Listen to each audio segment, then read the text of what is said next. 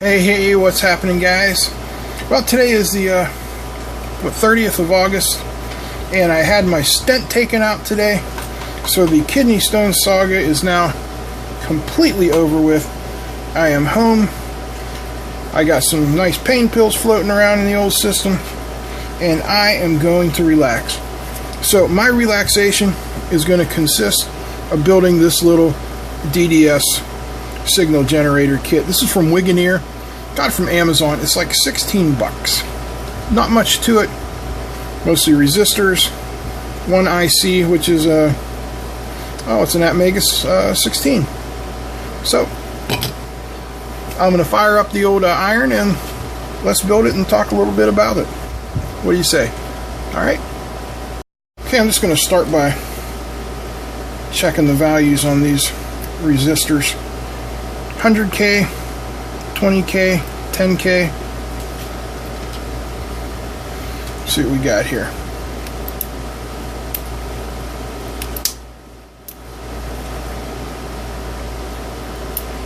Alright, so this pack looks like 10K. Let me find a Kugelschreiber and we'll mark them. 10K. We'll check these ones over here. I think I just lost one. This is just packed in a Ziploc bag. Not much going on there. 20K.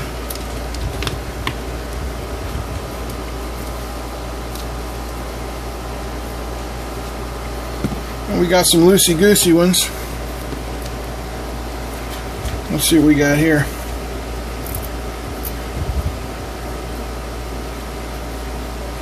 220 ohms. We'll put that aside. The rest should probably be 100 ohm or 100K, right? That's what I'm thinking. Oh, 100 ohms, not 100K. Oh, that's interesting. Let me look at that again. Whoops.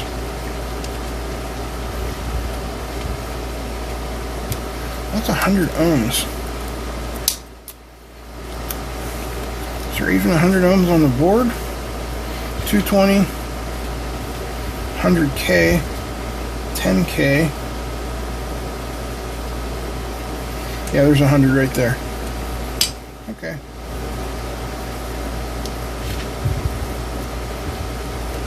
Let's see what we got here. Okay, that's 100K.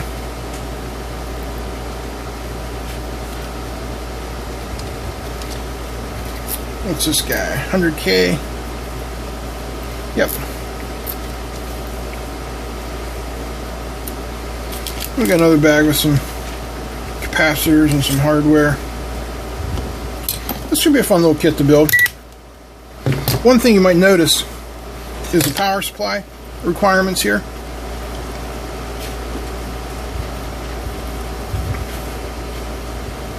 +5, +12, -12, ground.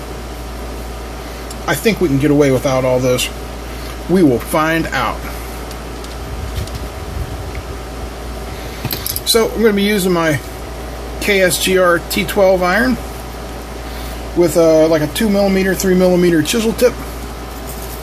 Got my cleaning crap. Got my solder. This is a 0.032 inch 6040 plain old lead tin solder. The good stuff. You know what I'm saying? So the question you're probably asking yourself is, why is Paul building another signal generator? Does he need another signal generator? Yeah, about as much as he needs another multimeter. Now, I've just got a bunch of kits hanging around that I do strictly for entertainment. I love stuff like this, and I'll probably end up giving this away to somebody. So if anybody needs a little signal gen, just let me know. I just wanted to double check the value on that. This is my 220 ohm resistor. Yeah, I want to get the oddballs out of the way.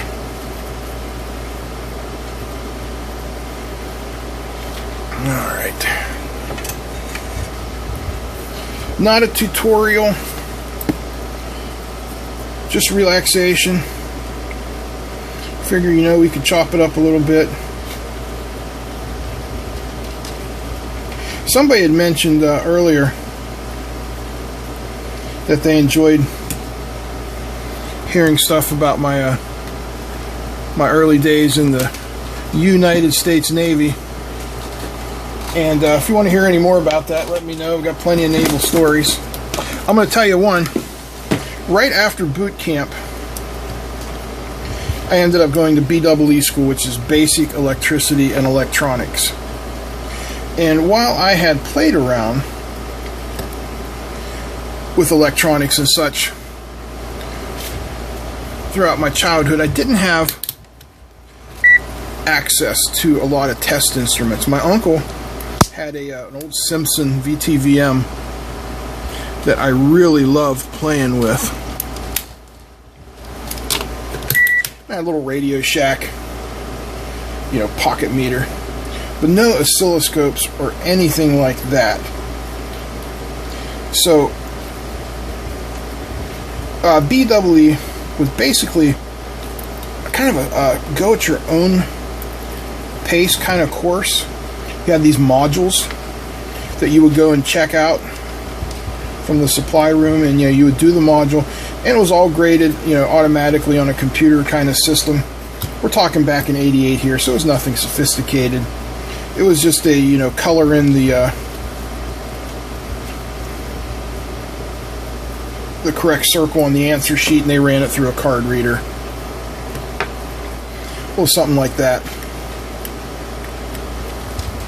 But I remember the first lab we got was an intro to an oscilloscope.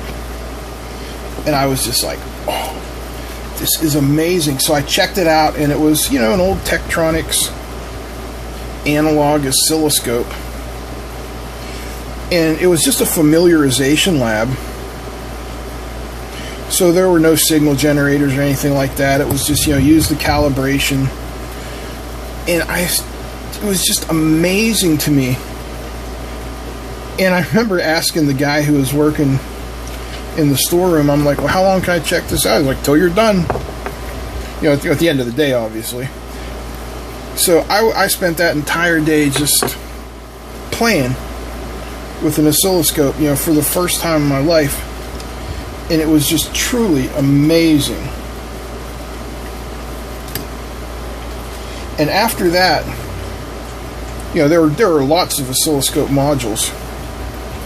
I just remember going back and checking out the oscilloscope and just playing with it and just being totally amazed at how cool it was. And if you think about it, that is probably the start of my love of test equipment. And really, that's an interesting one. I don't know where that guy came from. We'll put it aside so we can check it out later. I do love test equipment.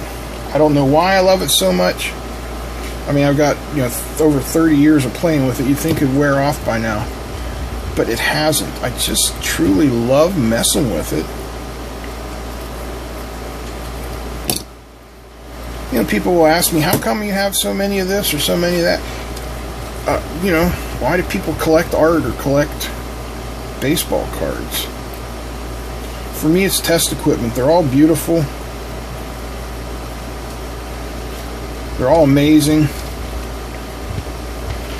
And, the cheapo oscilloscope I have on the bench right now, the Handtech DSO 5102P, just about as cheap and low end as you can get in an oscilloscope.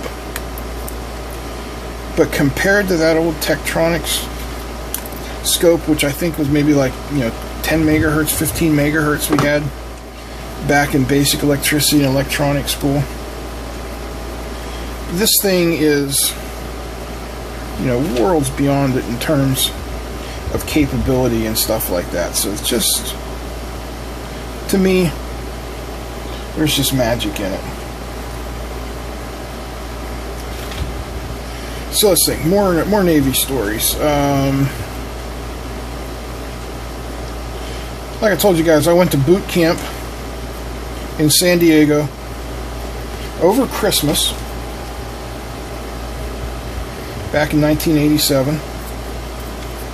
That was fun. My first Christmas away from home. And I don't want to like sound arrogant and sound like, I had boot camp all figured out, but I knew going in what they had to do. They have to deprive you of your individuality in order to make you understand the importance of a team. They have to program you to react without thinking, basically. Oh, excuse me. Because you need to be able to respond to an order. I mean, obviously you're going to think about the order no matter what. I mean, that's just human nature. But they don't want you questioning simple orders. So in boot camp, they tell you to do stupid stuff like, drop and give me 20 push-ups and stuff like that. And you don't know why then. You think it's punishment. It's not punishment. It's, it's only like 10% physical conditioning. It's 90% mental conditioning to get you on the path to doing what you're told. Now, I served on board a submarine, ballistic missile submarine, the USS Pennsylvania, SSBN 735, as a sonar technician. I don't remember exactly the number of people we had, but for some reason, I think the number 126 is about right. So, you think about that, that's a very small crew compared to an aircraft carrier, which can have over 5,000 people on board. So, when you're in a group that small, basically everything you do is like being in a very small town. Military protocol pretty much minimally influenced, I'll call it that. Alright, so this one's 100K. We had, I think we had 9 officers, which is incredibly small. We had the captain, who was a commander. We had the XO, the executive officer, who was the second in charge. He was a lieutenant commander. We had a weapons officer.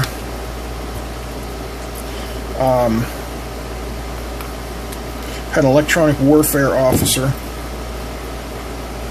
Then we had a bunch of what were called LDOs, limited duty officers. They were basically specialists. They were all lieutenants, which in the other branches of the military would be a captain, 2 bars, railroad tracks. We had the highest enlisted man aboard. He was a senior chief, and he was known as the Cobb, the chief of the boat. And then we had chiefs who were section chiefs, Had an engineering chief. We didn't even have a chief in my section. We had a first-class petty officer who was head of the sonar department, which consisted of 4 people, the chief and 3 techs. So the officers, the captain was simply called skipper. The XO was called XO, and the rest of the officers were basically just called Mr. Whatever your name was, Mr. So-and-so, that's what you got called.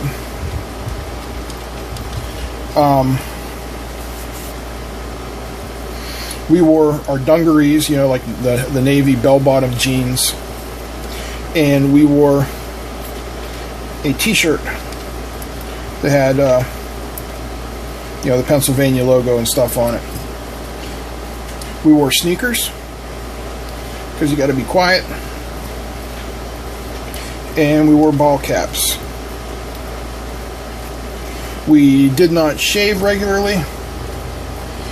You got a shower every other day, and our showers were timed. You had exactly 2 minutes of water, so you would go in and rinse down, then you shut off the water, you know, soap up, scrub, and then come back and rinse off. There were no relaxing showers.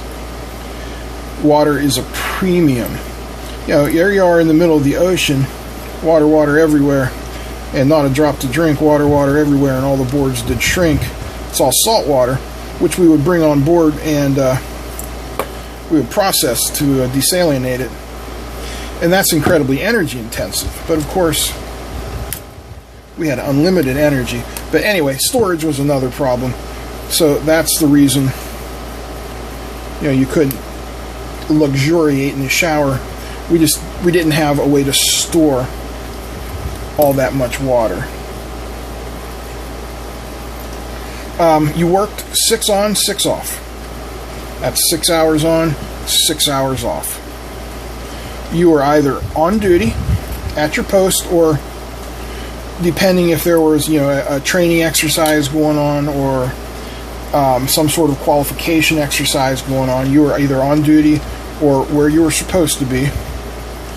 And if you were not on duty, well, then you were A, sleeping, B, eating, or C, doing some sort of personal hygiene activity. Or the last choice was you were studying. I know I had mentioned it earlier about what we call the Dolphins, the little pin you wear. It's your undersea warfare badge. And until you earn that badge, you cannot even sit your post. And to earn that badge, you need to learn your job in and out, and also the basics of all the other jobs. Because, like I said, the crew complement being so small, you had to know everything. And you had a limited amount of time in which to earn your badge. I think it was a year. And if you couldn't earn your Dolphins in that time, well then, you were going somewhere else, my friend. Once you did earn it, though, you were a qualified submariner, and you could sit your post, and also you could fill in where necessary. Now, I was never really called to fill in anywhere else, except everybody ends up pulling galley duty unless you're a chief. Everybody ends up doing cleanup work, even if you are a chief. You know, jobs like that are simply universal. Everybody, including the skipper, ends up doing some of that work. It's just, in a small environment like that, you have to be able to do it. Now, one of the big differences between the surface Navy and the submerged Navy is simply communication with the outside world. Somebody wasn't really paying attention while they were soldering there. I apologize. You know, on the tin can Navy, you know, the floaters, they had ship-to-shore phones. Back then there wasn't any real email or anything. And you got regular mail call. Now, on the undersea Navy, you only got mail call when you met up with a subtender or you made port somewhere. And that could be few and far between. I mean, we're talking months. Now, the longest I was ever submerged was just under 2 months and 1 week. It's a long time. Another interesting thing about being in a submarine is never knowing where you're at. Now, we were home ported out of Kings Bay, Georgia. So most of our stuff was Atlantic Ocean, Arctic Ocean, along those lines. But pretty much, that was all you knew. There's another 10K.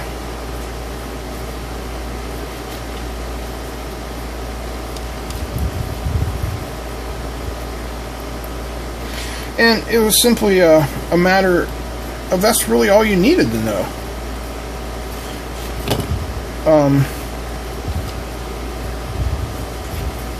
Alright, now I'm confused because that's not a resistor.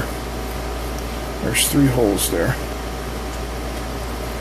We've got 2 potentiometers that go down here. We've got our screen that goes here. Alright, well, we'll come back to her. Alright, what were we talking about? Oh yeah, not knowing where you're at. Some of you had a general idea of what ocean you were in, but beyond that, not so much.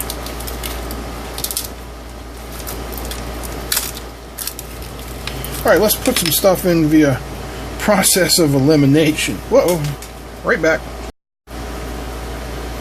There we go. Alright. So we came up in the Arctic Ocean once. That was truly an amazing thing.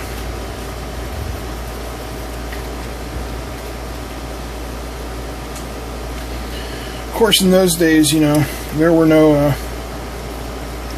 cell phones and cell phone cameras, so I don't have, you know, fantastic high-def pictures that I could share with you guys. I'd love to. I don't have any. Another thing that you miss being a submariner is beer day. In the tin can Navy, every 41 days you're at sea, each sailor is given 2 beers. And usually what they would do is they would have what's called a steel deck or a steel beach picnic. And, you know, they'd have a afternoon set aside when nothing was going on, and they'd barbecue and have steaks and just a generally good time. We didn't get any of that. I'm not complaining at all, so don't think I am. I absolutely love being a submariner. I love the autonomy of it. I loved, and this is going to sound strange, but it's the truth. I love the sheer terror of it. Because, you know, Russia hadn't fallen yet. We didn't know at that point in time that, yes, they had, you know, 16 million nuclear weapons, but they had enough fuel for maybe 10 of them. So we didn't know, we knew that, you know, at any moment we might just be called out to launch our weapons, which we carried 24 missiles. Each one had, I believe, 12 MIRVs, multiple reentry vehicles. So 24 missiles times 12, that's how many targets we could strike. Now, I'm not saying what were in those warheads because I can neither confirm nor deny the presence of nuclear armament aboard any United States naval vessel. You like that? You learn to say that real early on, real quick. But yeah, you got a pretty good idea of what we had. This was pre-Bill Clinton, so we weren't carrying cruise missiles back then. We just had, you know, we just had your standard intercontinental ballistic missiles. Your basic doomsday shit. And that's what it was, man. It was doomsday. Now, as a lowly enlisted man and a technician, you know, I was nowhere near any sort of command structure for anything whatsoever. I don't know what our orders were in regards to this or regards to that. But I know that if it came down to it, we could make a big mess. Now, let's talk about leisure time. You know, they use every square inch of space on the boat. I wonder what that was. Oh, that was my multimeter turning off. Yeah, they use every square inch of space on the boat for something. There is no such thing as free space anywhere. So we had, you know, stationary bikes. They weren't called Nautilus back then. You know, basically multi-function workout equipment. And, you know, they were right there in between missile tubes. Heck, we also had racks in between missile tubes, you know? How do you like that? So,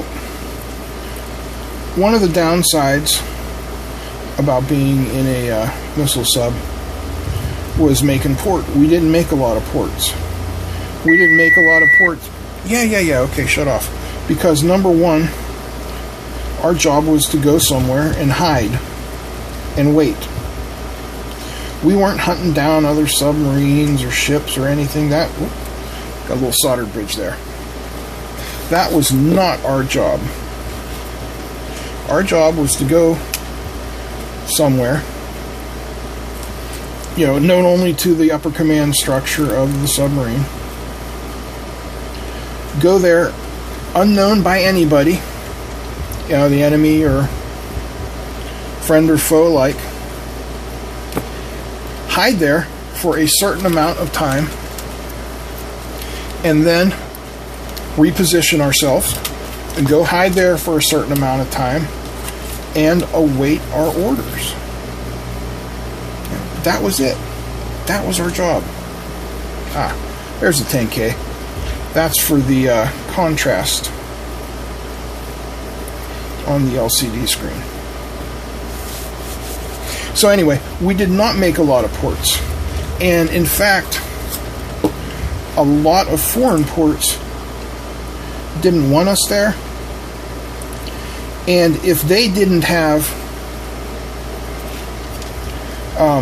proper shelter for us, because we were not to be seen by satellites, we couldn't pull into those ports anyway. So some of the few places that we saw were Japan, Australia, England, and Scotland.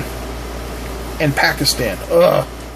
Pakistan. Nothing against the Paki people. I'm sure they are lovely people, but my God, that's a horribly ugly country.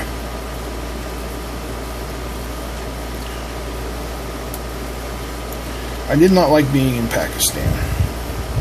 Thank goodness we weren't there for long. And that was right before Operation Desert Shield became Operation Desert Storm.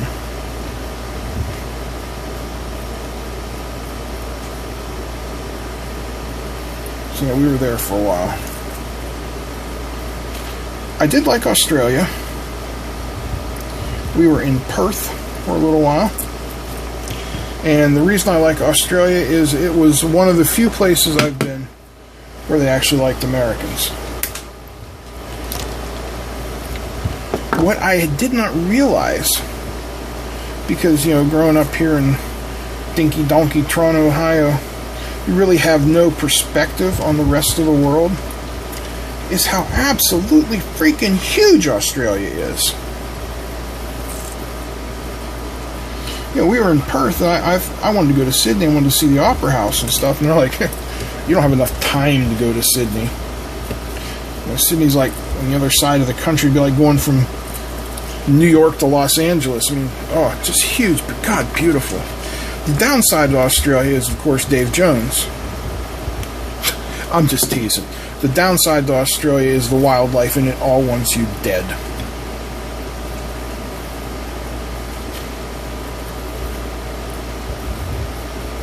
I have an extreme dislike of spiders. Is it a phobia? Probably. But more than I'm scared of them, they disgust me. And oh, do they have spiders in Australia. They also have spiders in Kuwait, which we'll talk about another time. But yeah, they have some scary ass spiders in Australia. Now, my second most favorite place after Australia, and maybe even more favorite, I don't know, they're pretty much a tie, Scotland. We were in Holy Loch for an extended period of time before we headed to the Mid-East for a little bit of refit and redo. So I got to spend a little over a month in Scotland. And not only is it an absolutely beautiful country, I just love the people.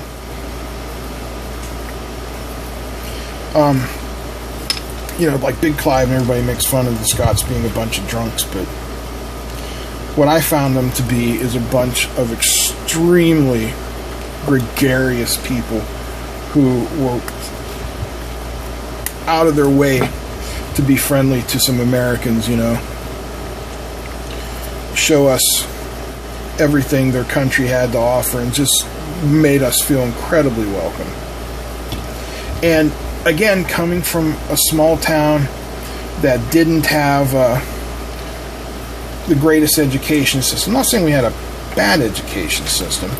We just didn't have the greatest education system. I didn't learn a lot of world history and stuff.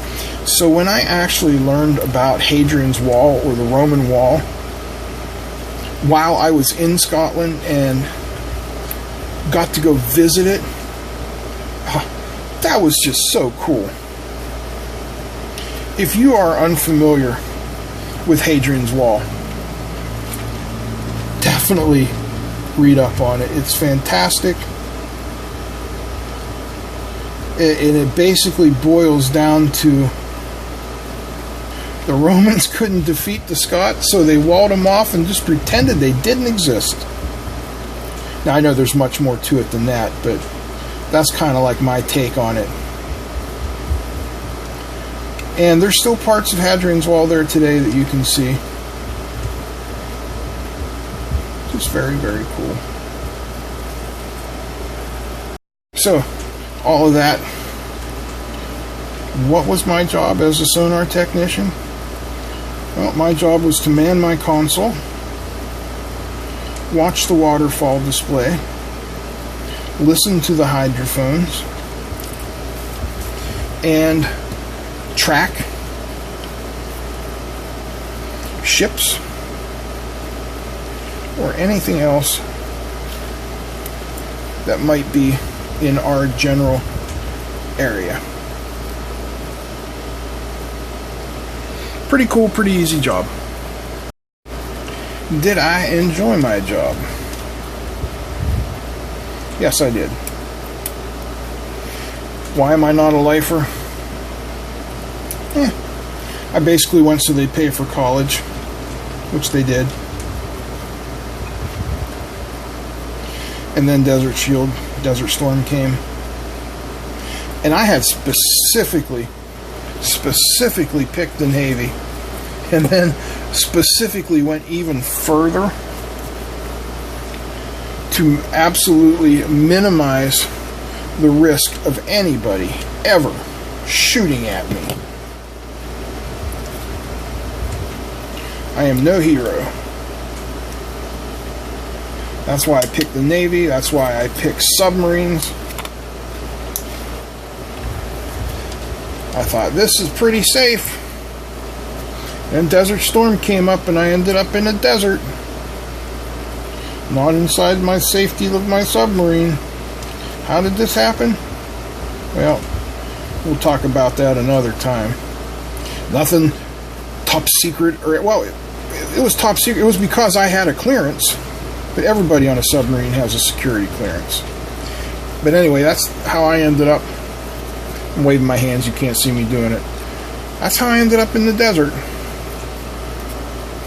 I was not pleased, so I got out after that. But again, I enjoyed it. You know, it was a good time.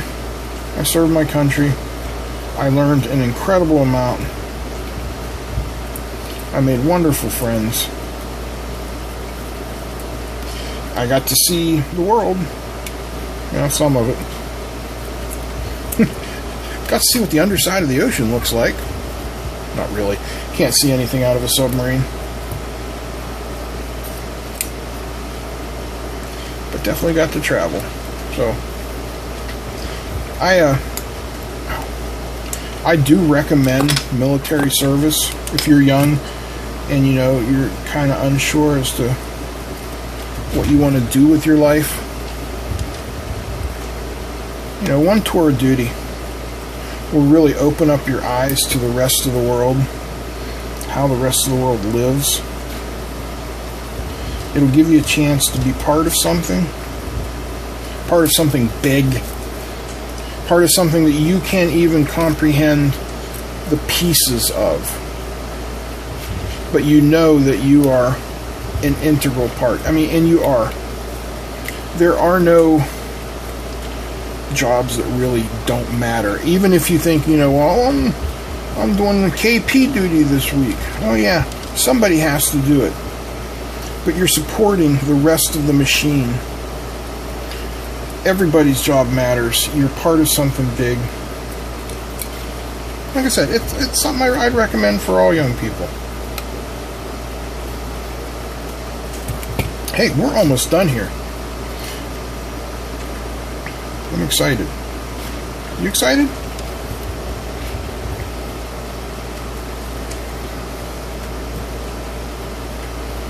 Let's get our last pieces going here, and we'll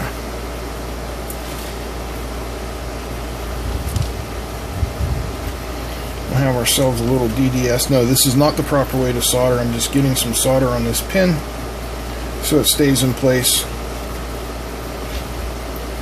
and then I can properly solder it. See that nipple hanging off the end of that? Well, it's like that because there was no flux there, so the solder couldn't flow properly. So we'll reflow it, and everything will be copacetic, right? Right. At least I hope so. Alright, I think we got everything. I'm going to put the hardware on. Apologize, we missed a minute of it there. The camera battery died, and I wasn't looking, so I didn't notice that we weren't recording. No, we didn't lose much. About a minute or so. Just me putting the ICs in place, mainly.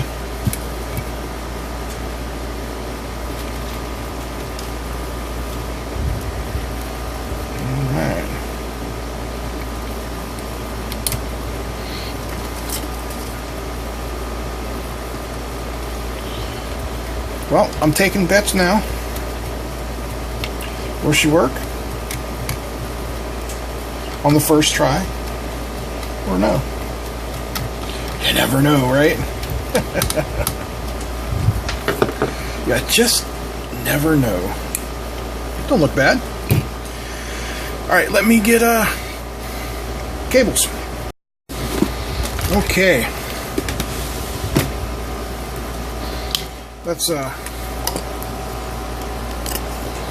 see what we can do here. Hold on, let me move the camera. Hold on, it's gonna be a bumpy ride. Camera's now in position number 2. Oh, you're seeing behind the screen, behind the scenes, stuff nobody's supposed to see. Okay. Alrighty.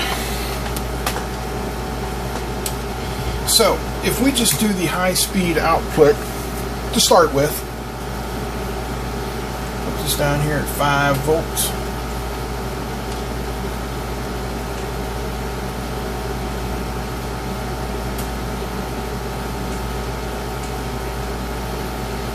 Come on, baby. Give me 5 volts. 5 volts it is. All right. See, we have two outputs here. We have a high-speed output and the DDS output. We're going to go with the high-speed output to start with.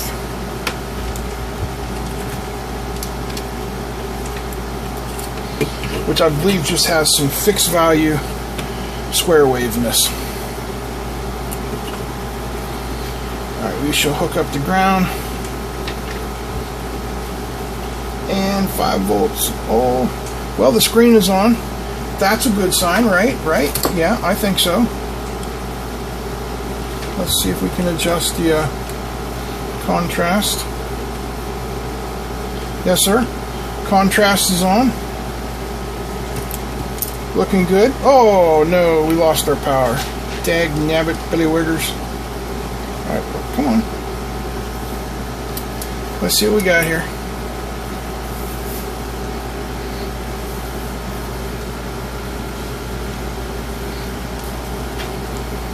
It's kind of ugly.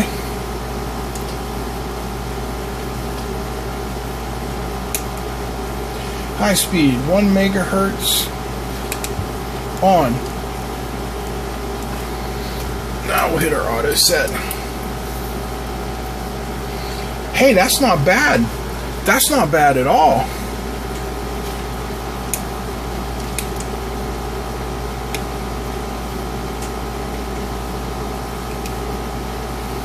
High speed off. No random noise. I want high speed on.